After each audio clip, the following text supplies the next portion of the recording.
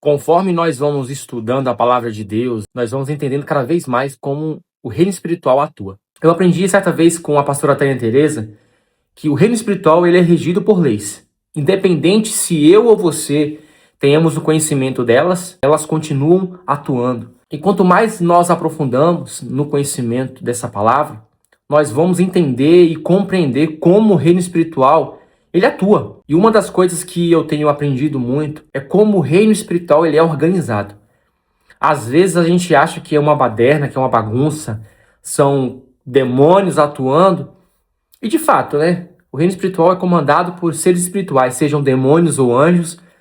Mas uma das coisas que você precisa entender, e eu creio que através desse vídeo o Senhor vai trazer essa clareza para o seu coração, é que no reino espiritual existem hierarquias, existem níveis espirituais, cadeias de comando, em que cada demônio ou anjo tem a sua posição e seu lugar de atuação. E isso é evidente conforme nós lemos o livro de Efésios, no capítulo 6, principalmente no versículo 12, quando Paulo diz que a nossa luta não é contra a carne nem contra a sangue.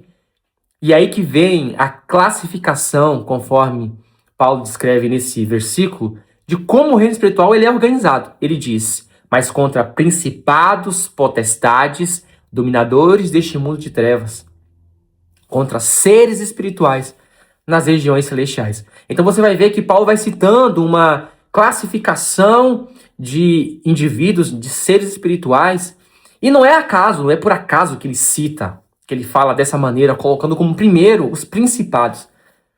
No original grego, a palavra principado vem de arche, que significa primeiro, ou seja, é o principal, o mais poderoso, aquele que tem a maior abrangência de poder e de autoridade no campo espiritual. Eu não estou aqui, vou deixar já um aspas aberto aqui, tentando exaltar demônios, exaltar Satanás, porque eu estou dizendo aqui a classificação, isso vale até mesmo para anjos também.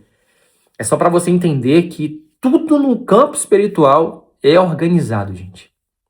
Não é da maneira que nós vemos no campo natural, onde não há ordenância, não há ordem, não há comandos, na grande maioria das vezes, né?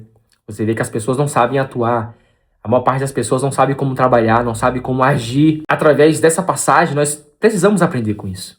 Entendendo a classificação, entendendo as hierarquias, os comandos, como eles atuam, o Senhor nos revela as maneiras também que nós podemos agir para combatê-las. Não é porque existem seres poderosíssimos no reino espiritual, capazes até mesmo de entrar em combate e resistir a anjos, porque se você ler o livro de Daniel, você vai ver que quando Daniel buscou resposta do Senhor, a palavra diz que no primeiro dia, né, dos 21 dias que ele buscou do Senhor, o Senhor ouviu aquela oração. E a palavra diz que o anjo do Senhor foi de encontro a Daniel para levar a resposta. Mas esse anjo, ao ver encontrar com Daniel depois de 21 dias, disse para Daniel, olha, desde o primeiro dia eu saí com a sua resposta, mas o príncipe da Pérsia contendeu comigo e eu precisei chamar Miguel. Então você vai ver que até mesmo na classificação dos anjos há hierarquia, gente. Então, quando nós entendemos isso, isso nos dá mais clareza da maneira de atuar, como nós vamos agir, porque tem gente que, infelizmente, quando quer entrar em um campo de batalha espiritual, lutar contra demônios, seja na sua vida pessoal, seja na sua casa, no seu casamento, com a sua família, faz de qualquer maneira. Então você precisa entender a organização, os domínios, a maneira de ação, para que você use as armas corretas, utilize a forma correta para batalhar com esses seres, para lutar, guerrear com esses seres, para que você alcance a vitória necessária. Lembrando que a maior arma que você pode utilizar é o nome de Jesus e o sangue de Jesus. Você nunca vai conseguir batalhar uma luta, uma guerra espiritual e vencer sem usar o nome e o sangue de Jesus. Mas existem outras maneiras que você pode utilizar como complemento, que é a oração, que é o jejum, que são maneiras que você alcança autoridade para batalhar com esses seres. O reino das trevas, em primeiro lugar, ele é organizado. Existem hierarquias, cadeias de comando. O segundo ponto é que ele é extremamente poderoso. Satanás, ele não é o todo-poderoso, mas ele tem poder. As pessoas se enganam, às vezes da maneira inocente ou até mesmo ignorante, fica dizendo, eu vou pisar na cabeça de Satanás. Satanás é um derrotado. Através de Cristo Jesus, da sua morte na cruz e do seu sangue, sim, nós temos poder e autoridade para lutar contra Satanás. Mas mesmo assim, não devemos atuar de qualquer maneira, porque é um governo poderoso. Então nós precisamos usar de armas poderosas para batalhar. O terceiro ponto que eu gostaria de compartilhar com vocês aqui é que esse reino é extremamente dedicado e responsável na sua forma de atuar. A palavra do Senhor diz que os filhos das trevas, ou seja, os seres espirituais que atuam contra nós, utilizando de maneiras para destruir a nossa vida, o nosso casamento, o nosso ministério, fazer com que você sofra todo tipo de dano e perca. Eles são extremamente responsáveis e dedicados. Você não pense que o diabo ele só investe na sua vida uma única vez, que os demônios atuam através de um único ataque. Eles não desistem enquanto não alcançam ou tentam alcançar os seus objetivos. E nós precisamos aprender exatamente com eles.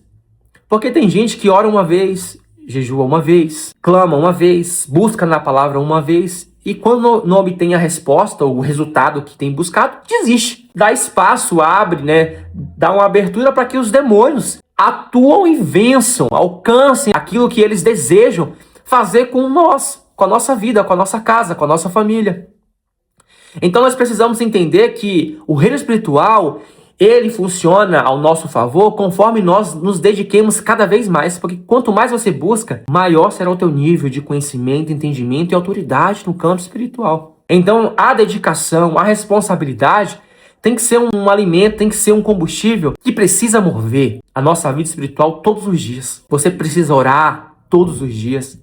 Você precisa buscar na palavra, buscar o conhecimento da palavra de Deus todos os dias. Você precisa ter comunhão com o Espírito Santo todos os dias.